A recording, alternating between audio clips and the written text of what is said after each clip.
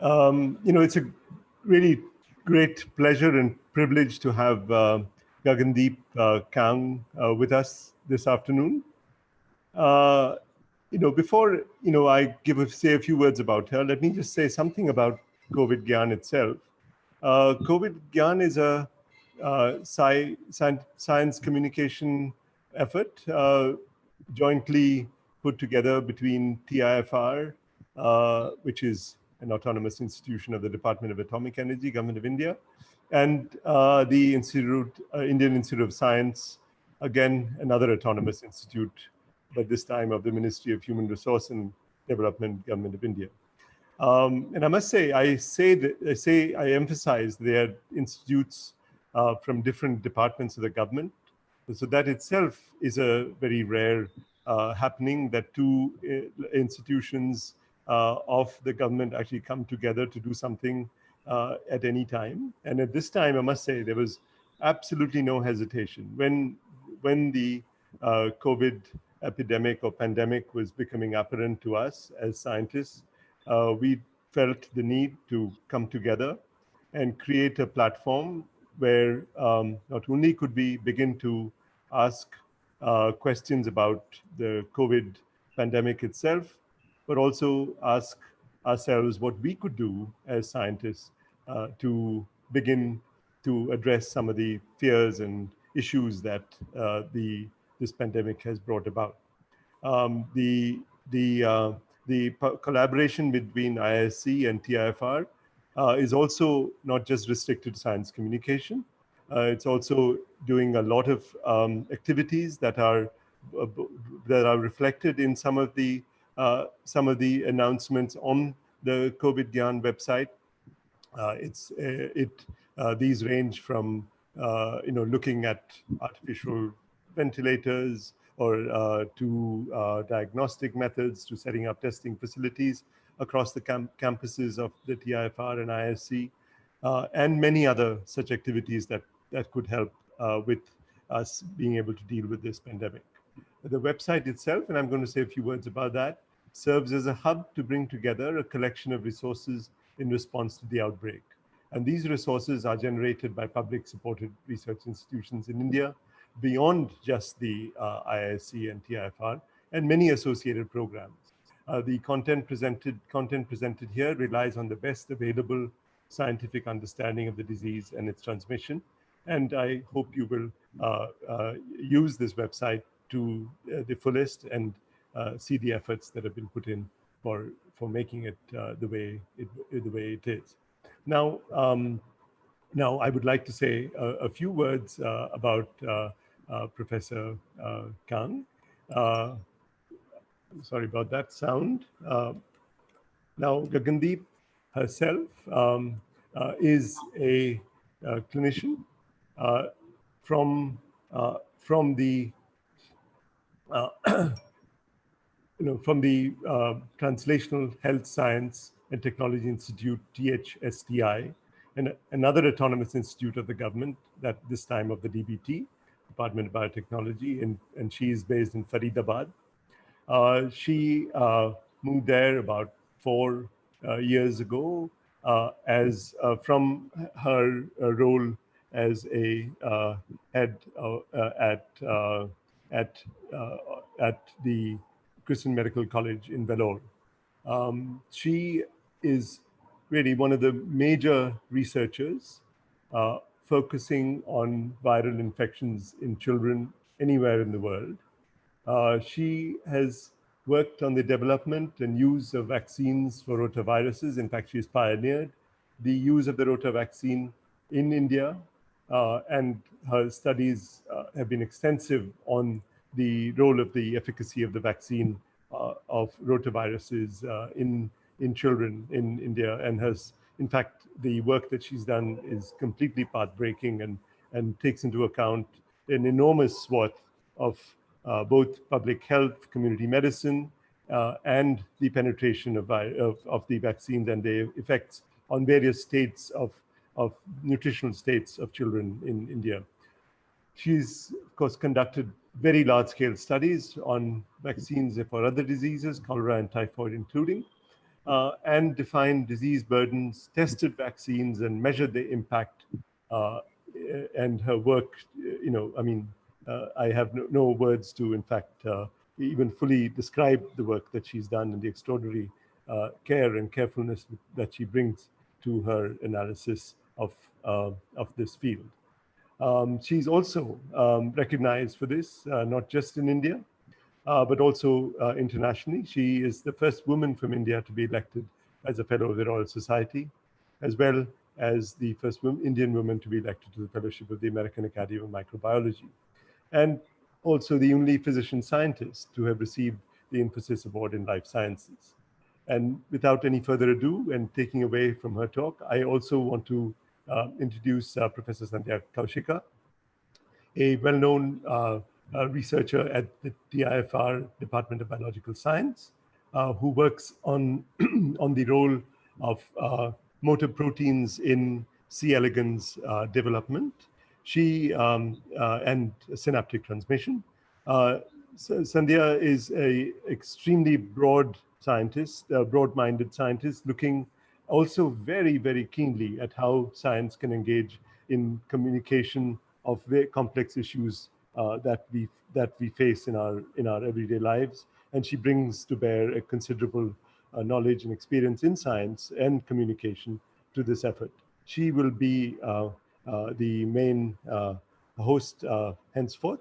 And so without any further ado, I'm going to hand the mic to her, and then she will bring on Gagandeep. Thank you. Sandhya. Thank you, Jitu. I stand between all of you and what is going to be, I know, to be a very fascinating talk.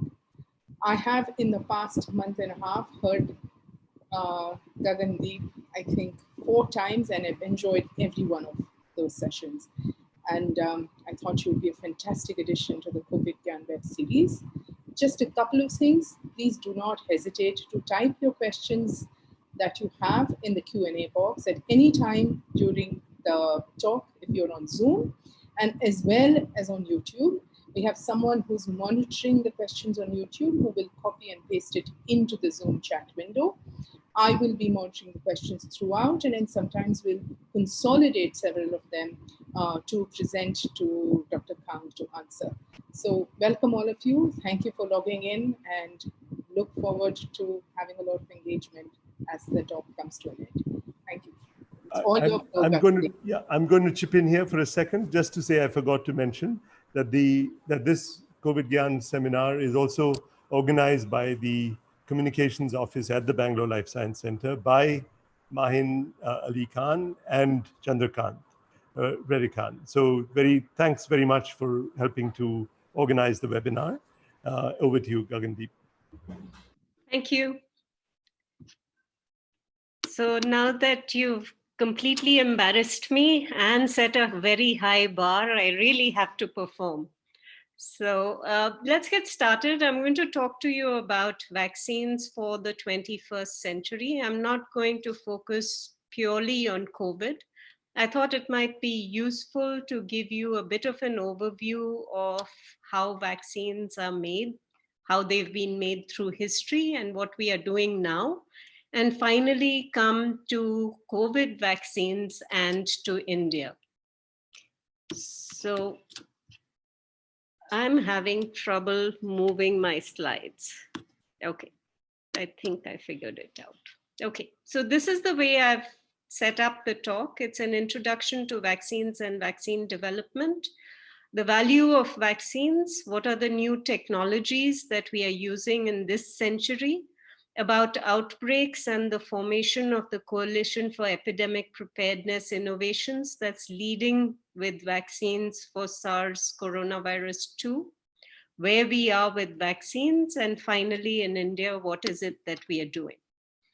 So if we were to think about a world without vaccines, we actually don't have to go very far back. It was in 1796 that we had Edward Jenner's experiment with cowpox, where he demonstrated that if you took material from the cowpox lesion of a milkmaid and inoculated that into his gardener's son and then give him smallpox as a challenge. He did not get sick.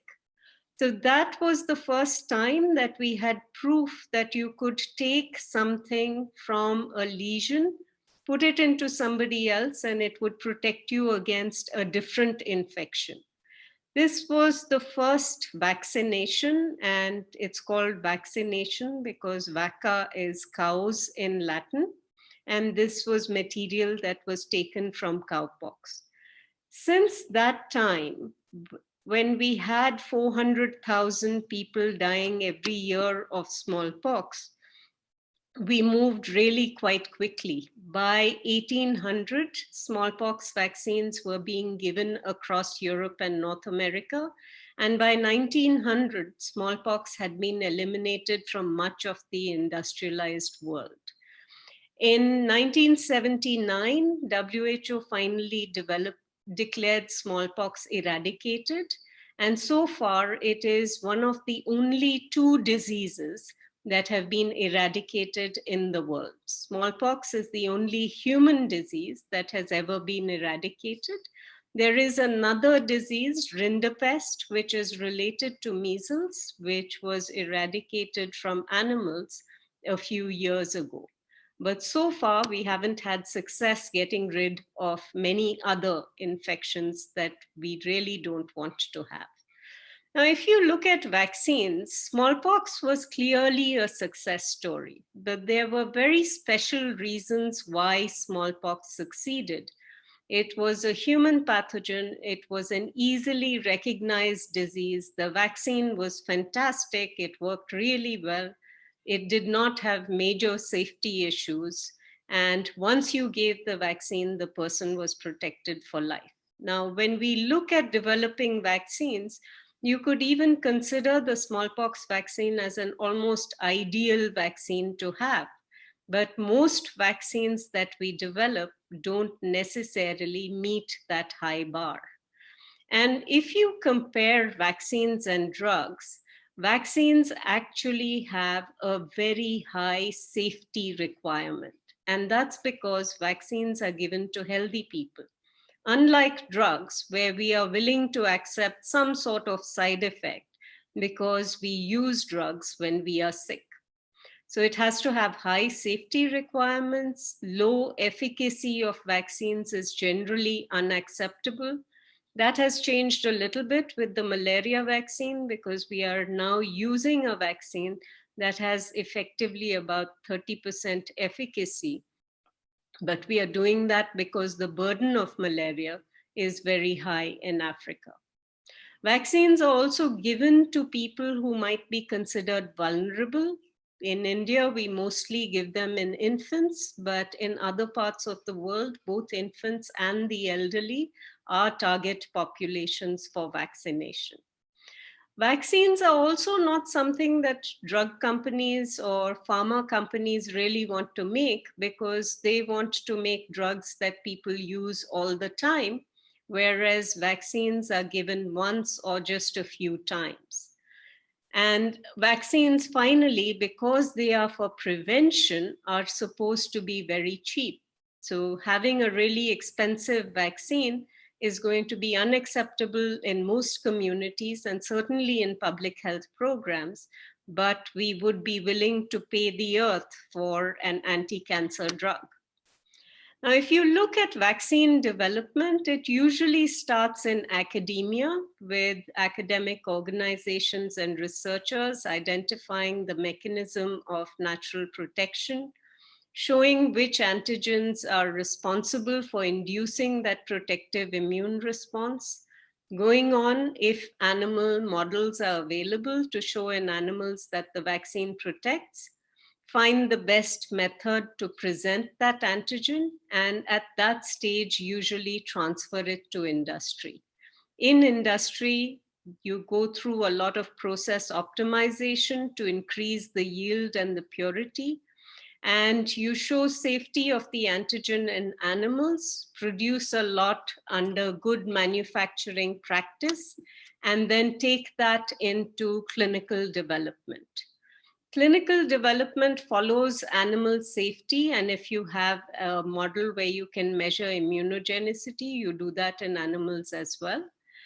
In phase 1 in humans, you test safety and immunogenicity, and this is usually done in about 10 to 100 people. In phase 2, you look at dose schedule, safety, and immunogenicity again, and this is in 100 to about 1,000 people. And then you go on to phase 3, which is efficacy, and efficacy studies really depend on what the disease is and how common it is. So an efficacy study might be done in 1,000 people, or it might require even 100,000 people if it is a relatively rare disease.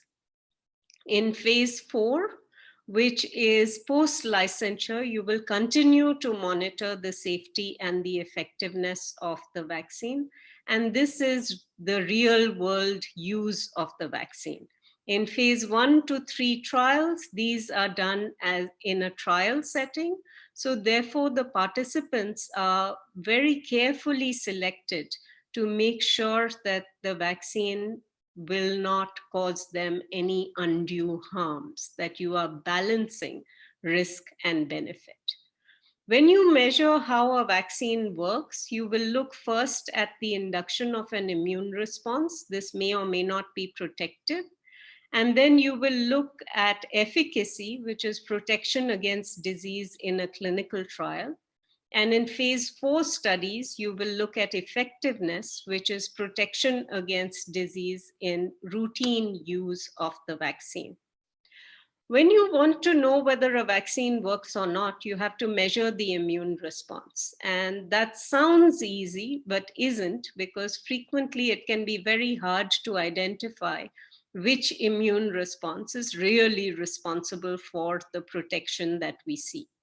So you have a correlate of protection, which is an immune response statistically correlated with protection. And this could be mechanistic, where you understand how the immune response is working to make sure that a person is protected from infection. And it could be non-mechanistic, where it's a surrogate response, where either you don't know what the true immunologic correlate of protection is, or it is something that is very difficult to measure. Now, immune responses are induced by vaccination, and most of the responses that we see today, which are protective, are based on humoral immunity, which is based on antibodies, and these could be and are in most cases serum antibodies, and sometimes mucosal antibodies in vaccines, such as the ones that are given through the oral route or ones that are given as a nasal spray. We believe that T cells are important, particularly for determining the duration of protection. But in terms of a pure T cell based protection, we don't really have good examples yet. We do look at intracellular pathogens for this, but the vaccines that we have currently mostly rely on the humoral immune response. This is just a schematic that shows you what happens in a humoral immune response. When you have an antigen, it induces an immune response that is basically focused on B cells, and you may have T helper cells that will help to boost that immune response and induce a memory response. Now, the functional antibodies that are produced can act in a variety of different ways. They can surround the pathogen and make sure that it doesn't get into cells. And in some cases, they may be able to neutralize toxins. They may have other effects as well that ensure that the person who is given the vaccine does not go on to develop clinical disease. Some vaccines are sterilizing vaccines, which means once you have a vaccine and you've made an immune response, you will never again be infected by that agent.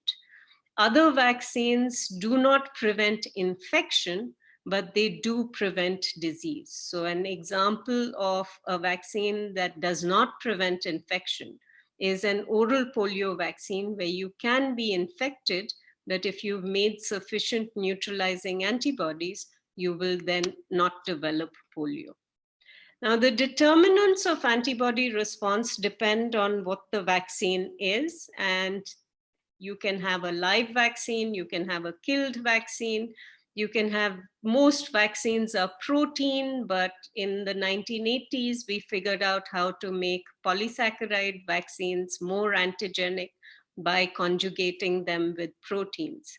We also can determine whether you need one dose or multiple doses of vaccines, what the good ages are for giving vaccines, when do you need to give boosters, and whether in different situations, different people respond variably to vaccines. So all of this determines immune response, but one thing that is critical to understand is that most vaccines induce a really good immune response and function very well to maintain protection over a long period of time. Shown here are bacterial vaccine preventable diseases, and in red are the vaccines that we have in the Indian program, and shown in green are those where we have vaccines available in the country, but we are not using them or not using them countrywide. And similarly, for viral preventable diseases, there are a lot of vaccines out there, and it is only a subset of the available vaccines that are used in the Indian immunization program. Now, just what can vaccines do to disease? We know that smallpox was eradicated, but what I'm showing you here is measles, where you can see that measles is interested in COVID and in R0, the reproductive number of infections. Measles is a way more infectious agent than SARS coronavirus 2. But you can see what happens when you have a vaccine that is licensed. You have outbreak, outbreak, outbreak, a lot of disease over a long period of time. And as soon as a vaccine is licensed, the number of cases crashes. The problem with this happening, of course, is that once people don't see a disease, they think it's gone away.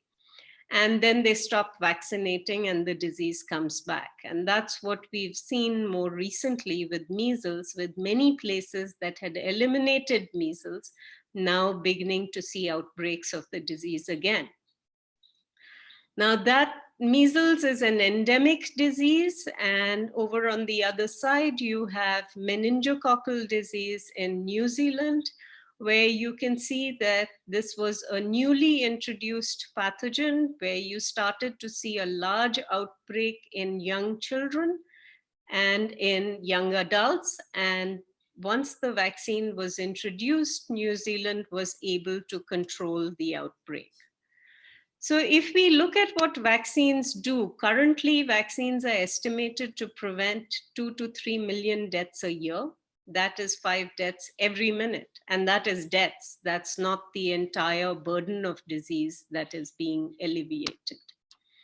So moving now to the value of vaccines, we've seen that vaccines were able to eliminate a disease, that vaccines can control endemic disease, that vaccines can control epidemic disease.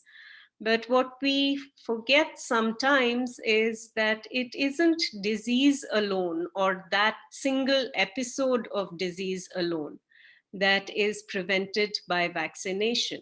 Actually, if you look at what the value of health is, when you don't get sick, you become a much more productive person. You are better educated and you tend to have a higher income. When you have a higher income, that leads consequently to better health, something that I think all of us recognize.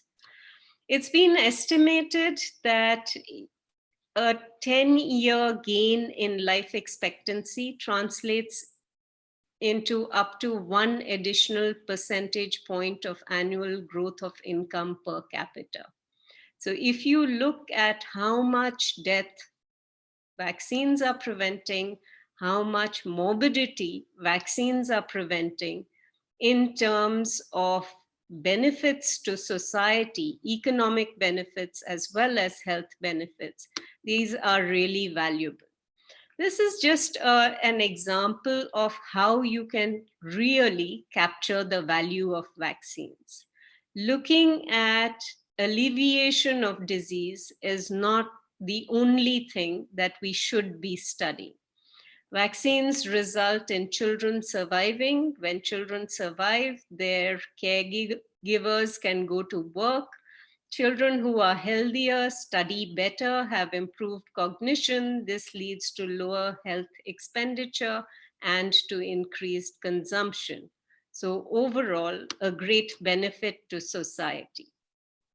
In the narrow perspective, those benefits are cost saving and productivity gains because people are not taking time out for care. But if you look more broadly, we should be measuring all the various benefits of prevention of disease. Moving from the value of vaccines and where we are, I'd like to talk to you a little bit about new technologies that are available for making vaccines today. If you go from Jenner and the Jennerian principle of taking an animal virus and putting it into humans and finding that it will replicate a little bit and induce an immune response, that was a really valuable finding, and we continued to use that. From Jenner to Pasteur to Maurice Hilleman, we followed the same principle up to the 1950s. And this was isolate a pathogen, either a human pathogen or an animal pathogen, attenuate it or inactivate it and put it into people so that it could induce an immune response. And we developed many of the vaccines that we use today based on these principles. But after 1950, we had a number of new technologies that advanced vaccines beyond the older empirical approaches. In 1950, we developed cell culture, and that gave us a whole slew of new vaccines. I know that Jitu mentioned the rotavirus vaccine. I'm sad to say that it's based on a 1950s technology. In 1980, we got recombinant DNA, and we could finally have good subunit vaccines, and that led to a number of the vaccines that we see today. The one most widely used in India is the hepatitis B vaccine that is based on the surface antigen. In 1990, we got glycoconjugation, and this allowed us for the first time to be able to make durable immune responses to polysaccharide vaccines, and that resulted in a range of vaccines that are now in national programs around the world. In India, we have the Hib vaccine that's part of the pentavalent, and some states have introduced the pneumococcal vaccine as well. And in 2010, we developed reverse vaccinology, which is to take the sequence of a pathogen, determine what the antigen is from that sequence, and make a vaccine out of it, or make a whole slew of vaccines and then figure out which ones really work. During the past 20 years, we've gone even further, and we have many more technologies that have now come to a stage where we are actually making vaccines based on these technologies. We now have structural vaccines, structural vaccinology. We have synthetic biology based on which we are now making RNA and DNA vaccines. We finally have new adjuvants beyond alum, though I have to say that many of them tend to still be saponin or oil and water based. And we are finally also looking at human immune response driven antigen selection. Now, if we look at reverse vaccinology, this was something that came to pass about 10 years ago, where for the first time we were able to identify the organism sequence it, decide what would be antigenic epitopes that were likely to induce a protective immune response, make them, try them out in animals, iterate on this, and finally take them into humans. And the first vaccine that was developed per this approach was the vaccine for meningococcal B. We also now have structural vaccinology, and a lot of the advances in this field have really come from HIV research.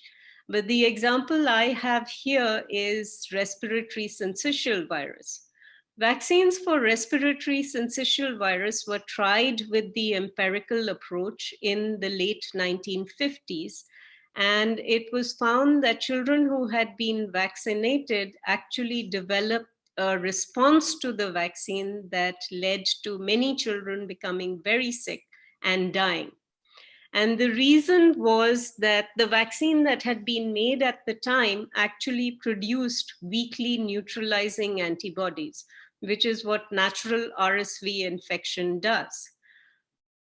Through studying the structure of the virus, it's been found that the immune response that we need to generate should actually be to the pre-fusion F protein of the virus. And this is a potent neutralizing response. So based on the structure, it's been possible to design immunogens that are stable, unlike in natural infection where the pre-fusion F protein is not found for a long time, and to make a vaccine based on that. These vaccines are now in trials, and this approach is being taken for multiple other pathogens, including influenza. We've heard a lot recently about DNA vaccines, and one of the companies that leads this area is Inovio. Inovio makes vaccines not just for infectious diseases, they also make vaccines for cancer. What Inovio has is a special delivery vehicle, their Selectra device, that delivers the DNA sequence into the human being through an injection. And this results in the vaccine being able to use the cell as a factory to make protein. Once that protein is released from the cell, then an immune response is generated to that protein. Similarly, we have RNA vaccines, and RNA vaccines are carried on a plasmid usually, and there are issues with the stability of RNA vaccines. So they tend to be delivered and coated in various kinds of lipid particles or nanoparticles. And these are also delivered into cells and have a similar approach where they take over the cell's machinery and get it to produce a protein, which is then released and induces an immune response. We also, because of the kinds of subunit vaccines that we are developing now, because we want them to be safe, we frequently find that we are unable to induce a really good immune response. So there is a lot of focus on developing good adjuvants, which essentially increase the response to the immunogen that we are delivering. One example shown here is MF59, which doubled the influenza vaccine response in children. And this, of course, has huge value because children don't usually respond very well to influenza vaccines. And yet this is a population that we particularly want to protect from disease. So all of these advances in new technologies for structural vaccinology, structure-aided design, DNA vaccines, RNA vaccines, new kinds of adjuvants have really transformed the field for vaccinology and our ability to make vaccines quickly. Now I'll move to outbreaks and the formation of CEPI.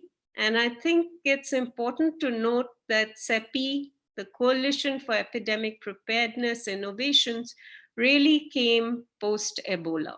What happened in Ebola? It was a disease that was known from the 1970s. When it got into urban areas in West Africa, a lot of people got sick and a lot of people died.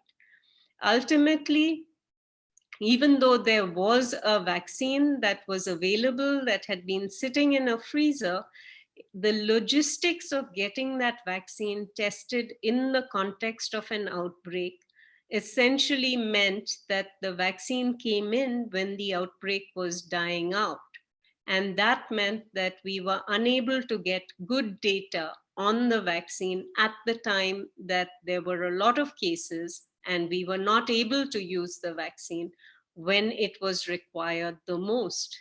It was estimated by the World Bank that Ebola cost $4 billion in direct costs, but cost $54 billion in total costs. And this is the 2013 to 2014 Ebola outbreak. We've recently had Ebola in the DRC, and this time we had a vaccine to use, and it did not grow to the same extent as the previous outbreak, even though it was happening in a conflict setting. It's estimated by the World Bank that SARS is now costing us about $200 billion a month. So the damage of a pandemic is obviously way worse than an epidemic, and we need to be thinking about what role vaccines could play in mitigating this damage. So the Coalition for Epidemic Preparedness Innovations was established in 2018. And the idea of CEPI was to develop vaccines against emerging infectious diseases and make sure that these vaccines could be provided to the people who needed them the most without worrying about the cost. Now, remember, CEPI was established for epidemics and not for a pandemic. So CEPI established a portfolio. It focused initially on Lassa, MERS, and Nipah, and then added Rift Valley fever and chikungunya when more funding became available. And throughout, CEPI had a focus on disease X. And disease X is the 11th pathogen that the WHO R&D blueprint lists every year. There are 10 pathogens or 10 problems that are identified by the WHO at the beginning of each year as potential threats to humanity. And there is always disease X, which is the disease that will come at an unknown time from an unknown place with an unknown pathogen. And we have disease X now. So CEPI was supposed to support all of these pathogens, and what it did was to have a call for applications to make sure that there were multiple vaccine candidates against each of the targets in its portfolio. For disease X, the challenge was, can you make a vaccine in 3 months? And some programs were funded for that.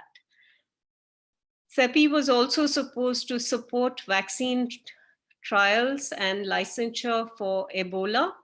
And last year, EMA gave approval for the Ebola vaccine. This was a vesiculovirus-based vaccine. It was used in the first epidemic. Trials were completed in the second, and it was licensed for human use last year. Now, because CEPI had invested in platform technologies for disease X, when the virus in Wuhan was announced, by the end of January 2020, CEPI had funded the first 4 vaccine candidates for SARS-CoV. Now there are 9 projects, and CEPI and Gavi have been asked by the global community to take on the responsibility for making and delivering vaccines under what is called the ACT Accelerator. That stands for Access to COVID-19 Tools Accelerator. where CEPI and Gavi take care of the vaccines component. There is a therapeutics accelerator that has been established that is being looked after by multiple agencies. And then the prioritization and access piece is being looked after by the World Health Organization. So moving from that to where we are today with vaccines for SARS-CoV-2, I think everybody would have read a lot about this in the media. And essentially where we are today is there are 133 projects looking at vaccine development. There are 8 vaccines that are in clinical trials, 2 vaccines that are in phase 2. Inovio which has a DNA vaccine. It was the first to start with, well, Moderna was the first to start with the mRNA vaccine. Inovio followed shortly thereafter. Inovio's phase 2 has just been approved by the FDA. The second company is CanSino, which is a Chinese company, and they have an adeno 5 vectored vaccine that is going into phase 2 studies, that has already gone into phase 2 studies. The major vaccine companies that are involved in this effort are J&J, Sanofi Pasteur, Merck, Pfizer, and Takeda. And we have a number of vaccines that the Indian companies have taken on, mostly with international collaborations. Zydus Cadila has a DNA vaccine as well as a replicating measles vector. Bharat Biotech has a number of approaches. It has an inactivated vaccine. It has a self-limiting influenza vaccine with the University of Wisconsin. It's also looking at a rabies vectored vaccine that I don't have on the slide. Aurobindo is using a VSV vector. They bought a company called Profectus that had this vector, and they are transferring that technology here. Serum Institute has a number of approaches. It has a collaboration with Codagenix, where it is going with a live attenuated vaccine, where they are modifying the sequences to make it into an attenuated vaccine. They also are in discussions for a replicating measles vector, as well as the adeno vaccine that is coming out of Oxford. Genova is developing an mRNA vaccine, and that is in a lipid ion nanoparticle. Biological E and Minvax are looking at the development of subunit vaccines, mainly based on the receptor binding domain. The advantages of the protein-based vaccines is that this is a technology where manufacturing is well known and it would be possible to scale to billions of doses. While the DNA and RNA vaccines are very rapid to be made, we got the first candidate 42 days after the sequence was announced.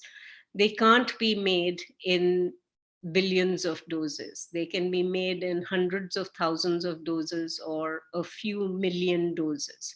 So there is a trade-off between speed and scale for many of the vaccine candidates. Now, if you look at, I'm sorry about the quality of this. Now, vaccines sound like a great idea, and this is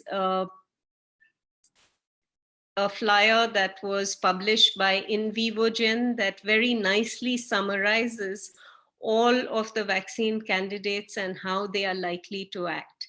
I put this up here because obviously our goal is to try and develop neutralizing antibodies that will ensure that the virus does not infect our cells and therefore we don't develop disease.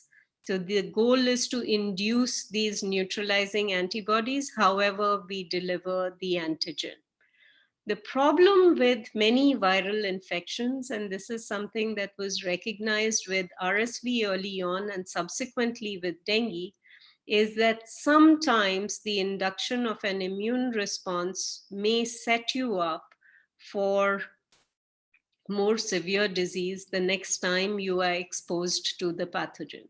There are a couple of different ways by which it happens, But the most recent example we have seen of this is dengue, where if you didn't make a broad immunizing response, the antibodies that you did make led to antibody-dependent enhancement, so that when you got a natural infection, you actually wound up with more severe disease than if you had acquired a natural infection for the first time. So the vaccine was setting you up for severe disease instead of protecting you from disease. There have been some signals of this from vaccines that were developed for the SARS coronavirus, the first one.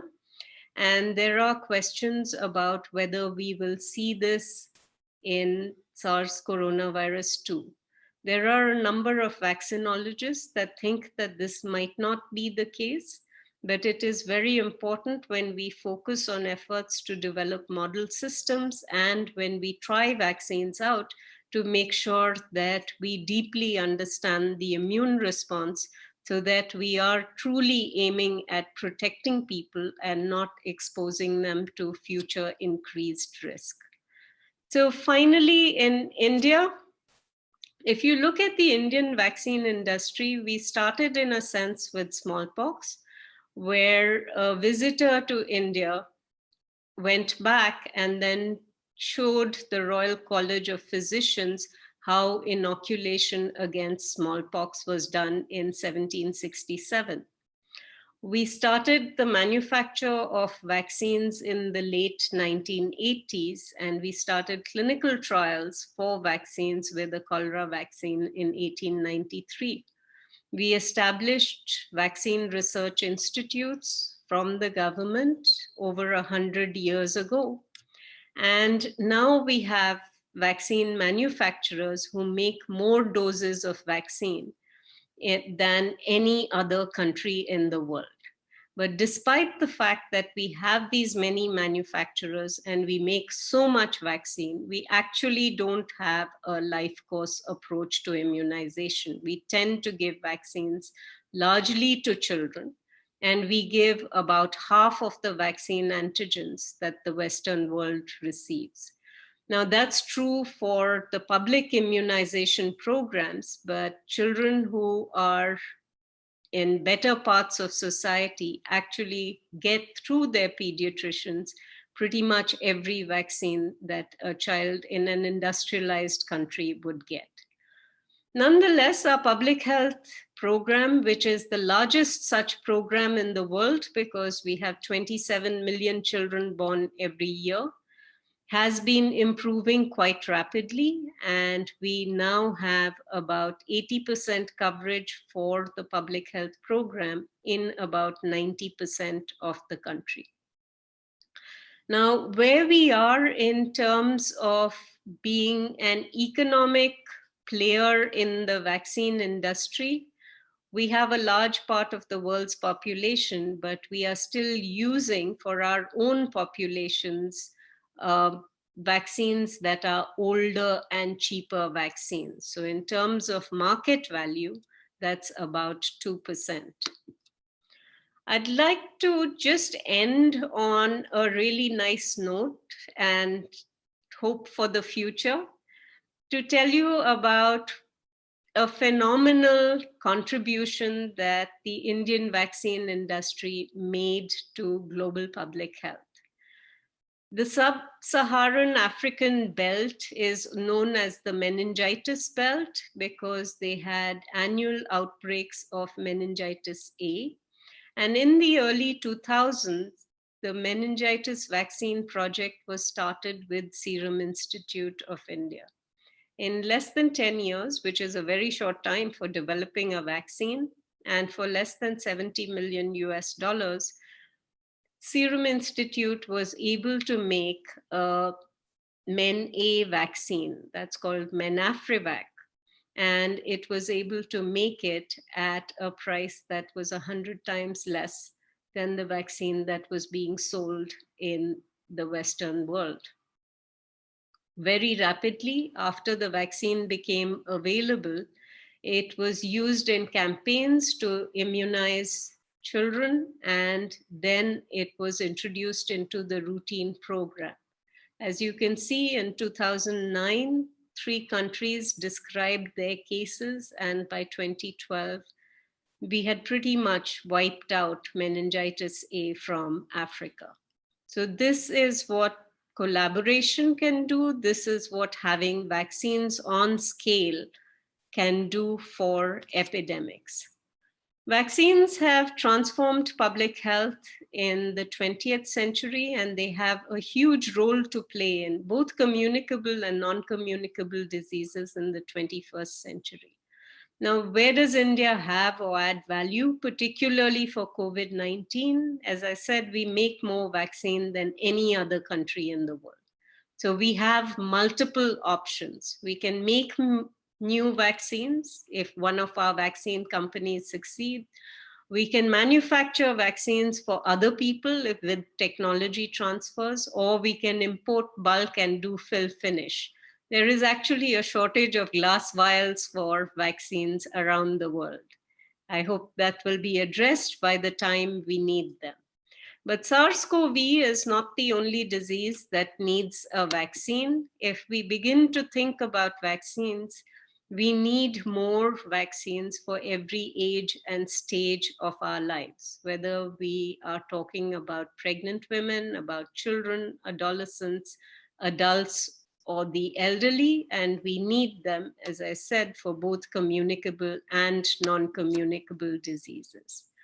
We also need to think about vaccines for all of society, and you can consider different aspects of the vulnerable in society in many different ways, whether that is poverty or emerging infections, travelers, chronic diseases, or even what we have come to understand as being a range of conditions for which we don't necessarily have a cause as yet.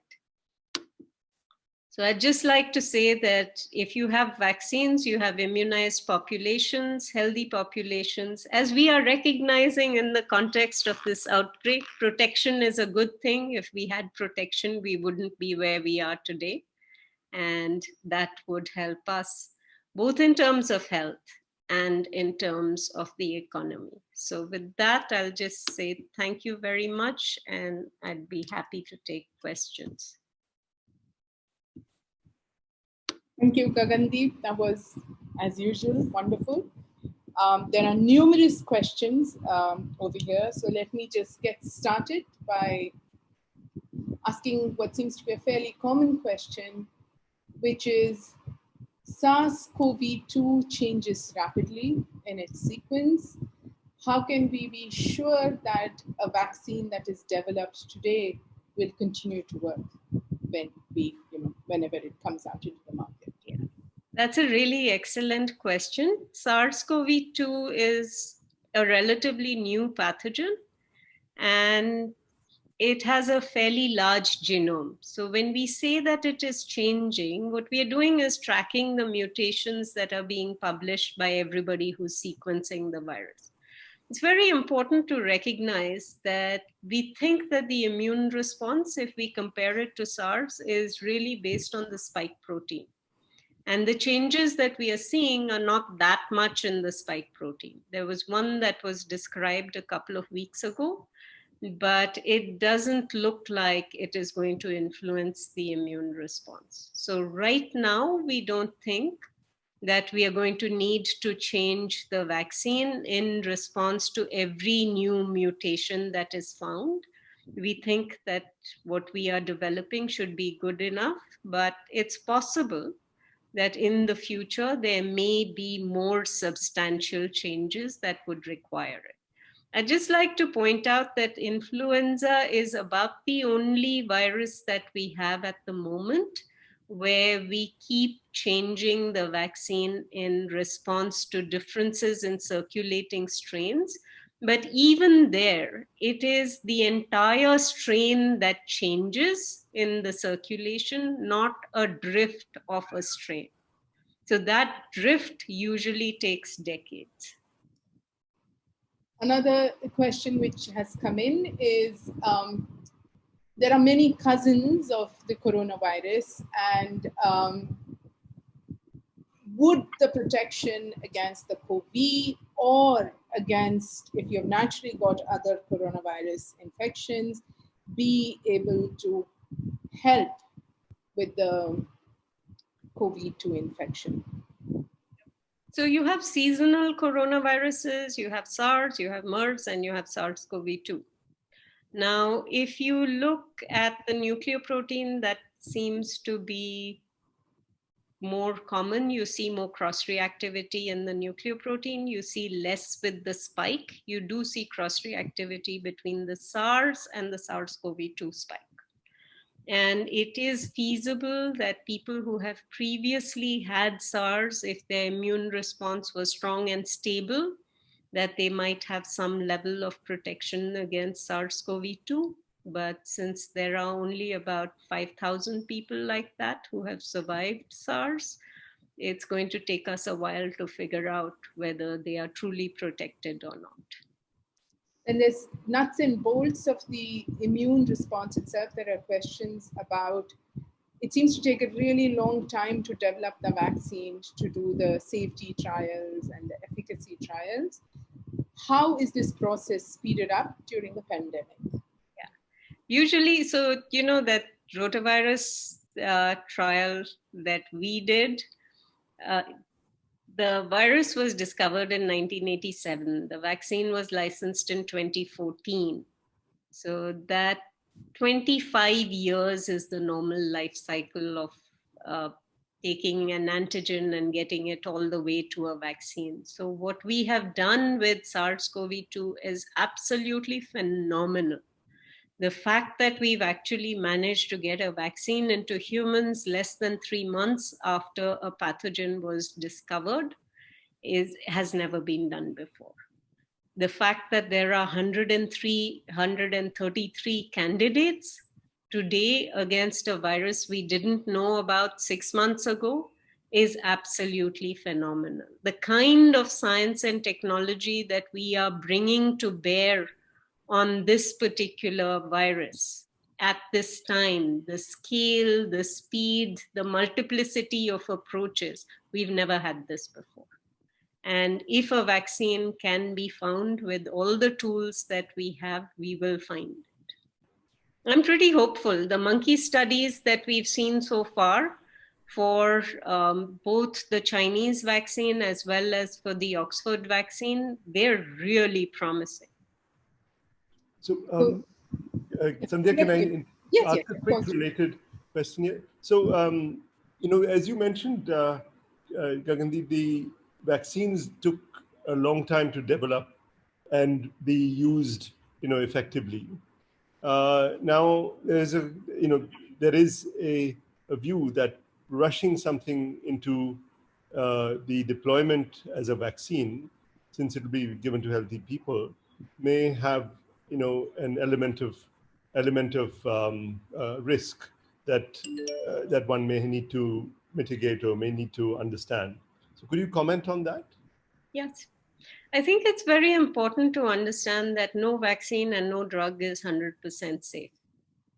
So aspirin isn't safe, zinc isn't safe, you can overdose on vitamins, right? Similarly, there is no vaccine that you can say with confidence is 100% safe. Vaccines can have side effects, and it's not just the redness and fever that you get after some childhood vaccines. So I pointed out that antibody-dependent enhancement is a very real risk. And this is why we need to make sure that when we do vaccines, it's important to do things fast, but it's also important to do things carefully. You don't want to expose people to risk that may lead them to have more severe disease. You don't want them to have long-term consequences. So safety monitoring is the first objective of every phase of clinical trial. So I may say phase 1 is safety, phase 2 is immunogenicity, and phase 3 is efficacy, but it's always safety, safety and immunogenicity, safety and efficacy, and post-marketing again, safety. This is what we need to know if there are risks. So coming back to what you just mentioned about immunogenicity, we have a couple of questions which I'm clubbing together. How do you actually analyze that you have the desired immune response, and what decides the dose? How do you decide when and how frequently do you give a booster dose? And how do you know that you have lifelong protection? So it's sort of rolled in a bunch of questions here together. So for immunogenicity, it's actually quite a problem figuring out what assay to use. Now for viruses, the way you would start is the first assay you do for a virus is identify an immunogen and then at least do a binding assay, but then look for functionality. And for viruses, it's kind of simple because the assay is most likely going to be a neutralization assay, where you prevent the virus from getting into a cell and replicating within the cell.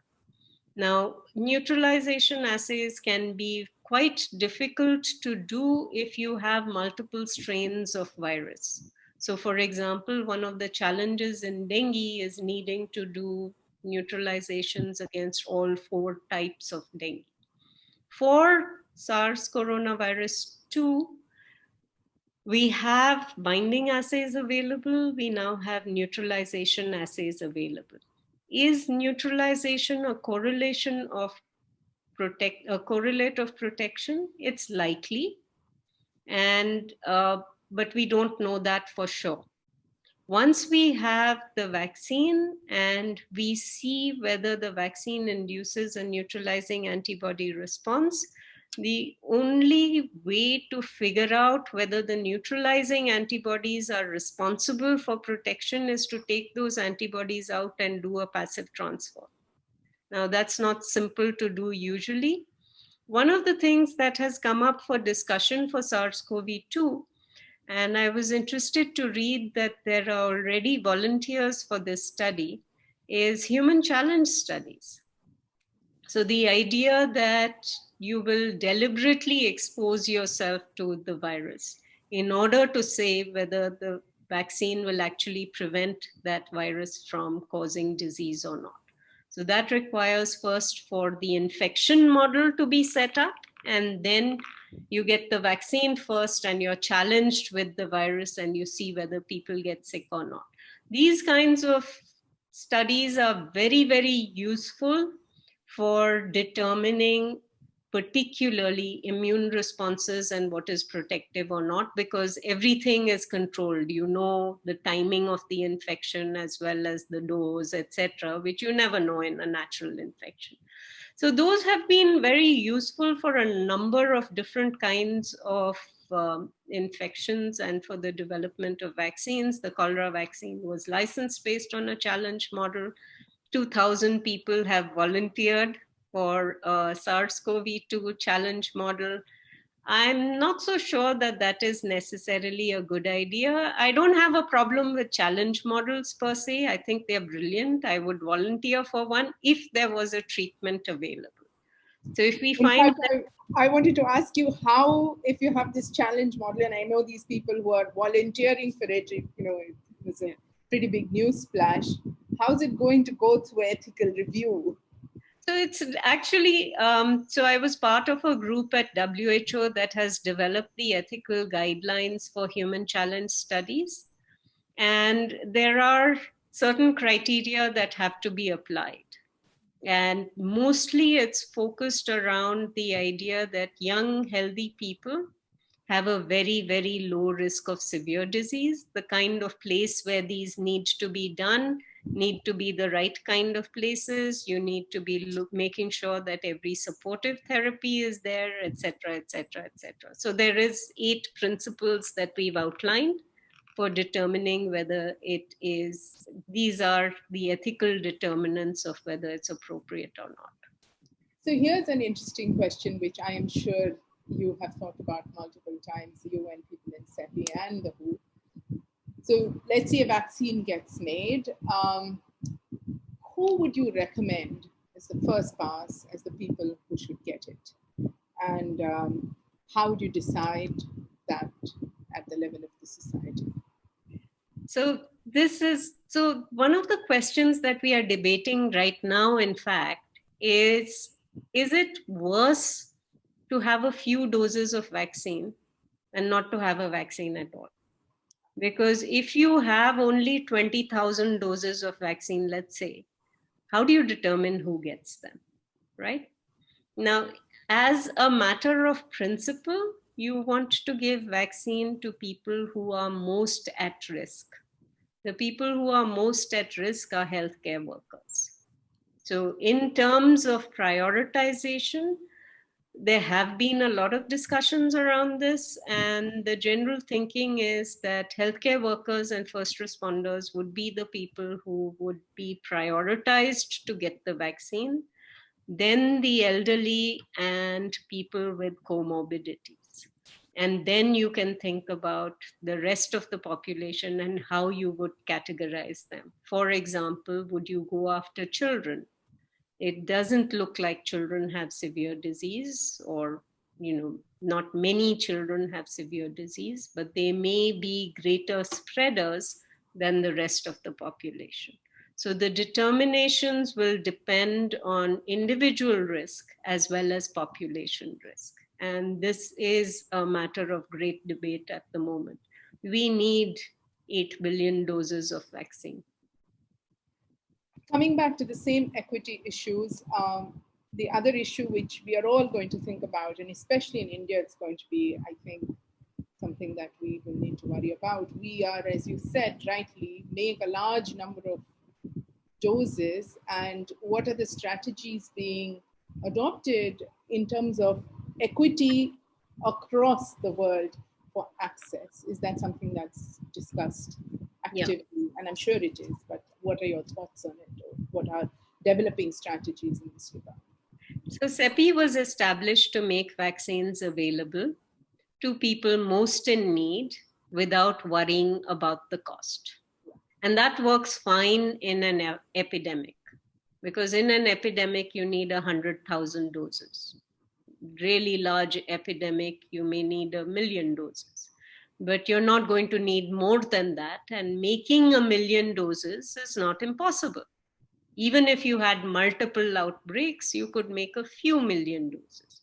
There's a lot of difference between 100,000 doses, million doses, and billions of doses being made available in a timely fashion. So one of the worries that is coming up now, and President Trump articulated it really well when he tried to buy CureVac, which is a German company, is the idea of vaccine nationalism.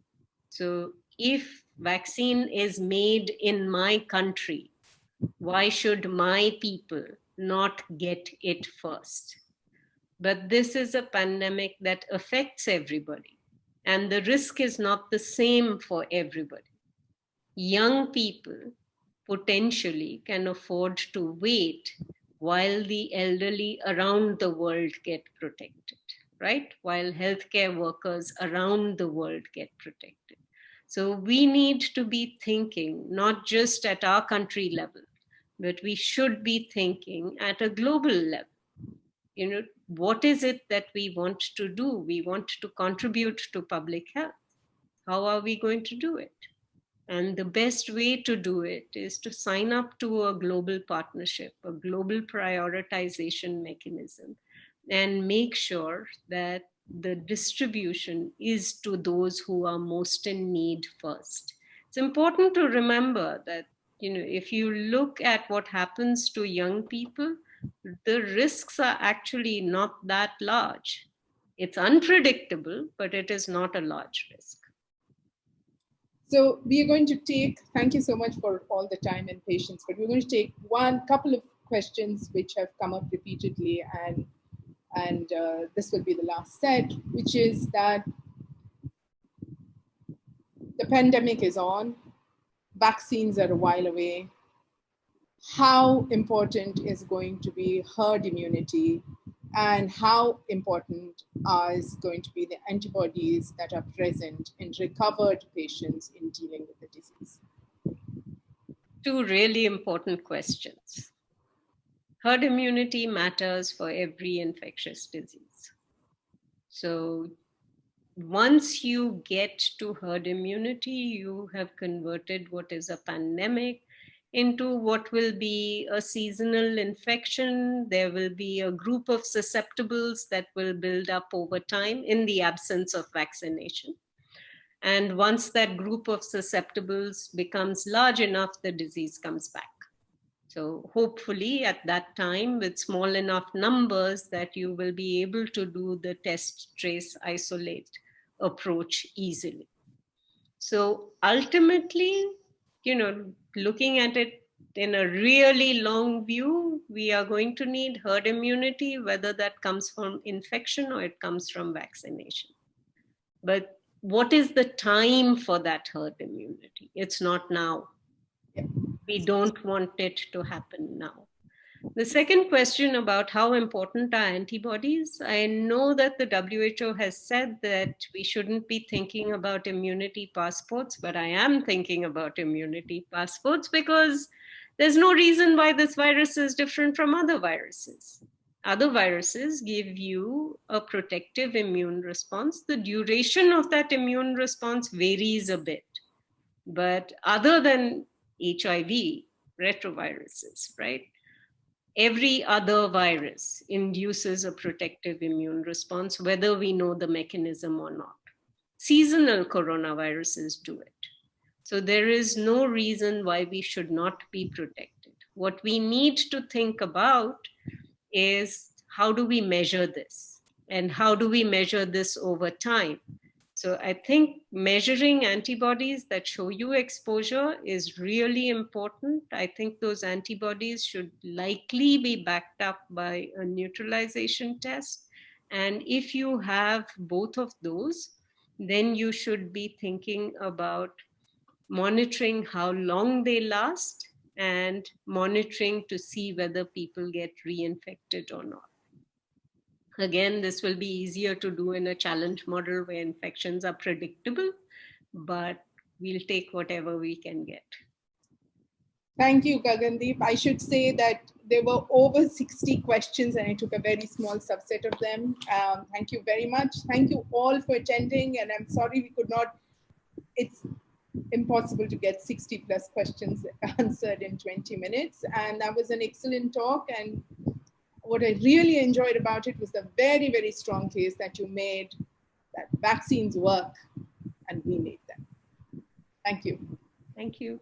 Thanks, Gagandeep, for giving your time, and also, all the best for all the efforts that you have on building this immunity passport. Thank you.